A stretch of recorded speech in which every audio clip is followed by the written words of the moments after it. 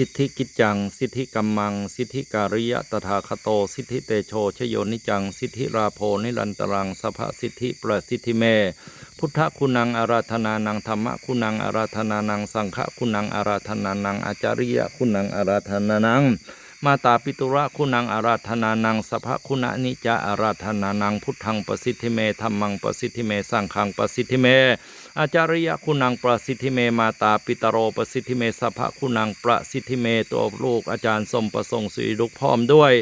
นางธัญรัตน์กุลเงินและนางสาวนฤมลสุริยจักรก็ขอปูจาอย่างเตียนเศรษฐีเรืองคำและเมตตาปรมีพระเจ้าโปรดโรคพระศิวรีบังเกิดโชคลาภตลอดถึงเตียนหลีกเคราะห์ต่างๆพร้อมทั้ง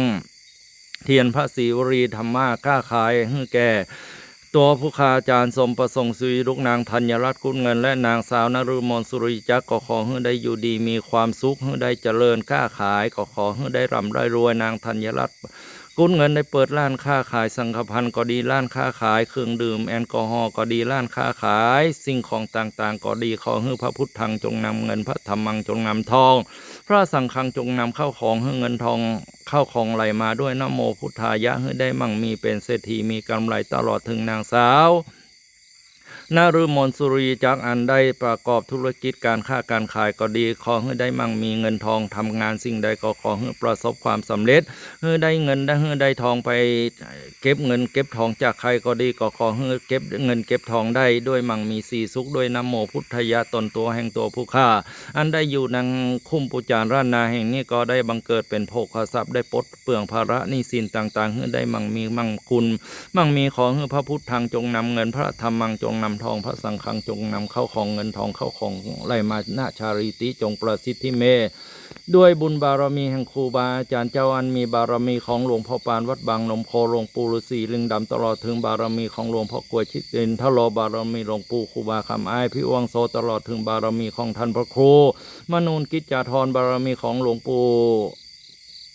ฤาษีทั้ง108องค์มีปู่ฤาษีนารอดปู่ฤาษีนารายปู่ฤาษีตาไฟปู่ฤาษีเพชรลูกันตลอดถึงบารมีเจ้าตีเจ้าทางเจ้าห้วยเจ้าหนองเจ้าของเจ้าบึงเจ้าป่าเจ้าของอันมีบารมีของเจ้าปู่คุณตาลและลูกค้าและเทวบุตรเทวดาอันรักษาสถานแห่งนี้และบารมีหลวงปู่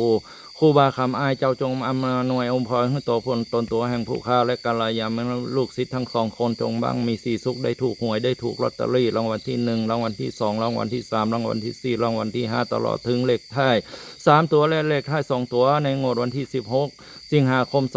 2569นี้ก็ให้ได้มั่งมีมูลมีได้เป็นเศรษฐีมหาเศรษฐีใจบุญกันทุกผู้ทุกคนด้วยบุญนี่เถินบุญใดๆที่ข้าพเจ้าตั้งจิตตั้งใจไว้ดีแล้วก็ขอให้พระธรรมคำสั่งสอนขององค์พระสัมมาสัมพุทธเจ้าอำนวยอวยพรให้ได้มั่งมีให้ได้ประสบความสำเร็จให้ได้ประสบความสำเร็จให้ได้ประสบความสำเร็จนะโมพุทธายะนะมะพัทธะจะภะกะสะนะมะอาอุประสิทธิเม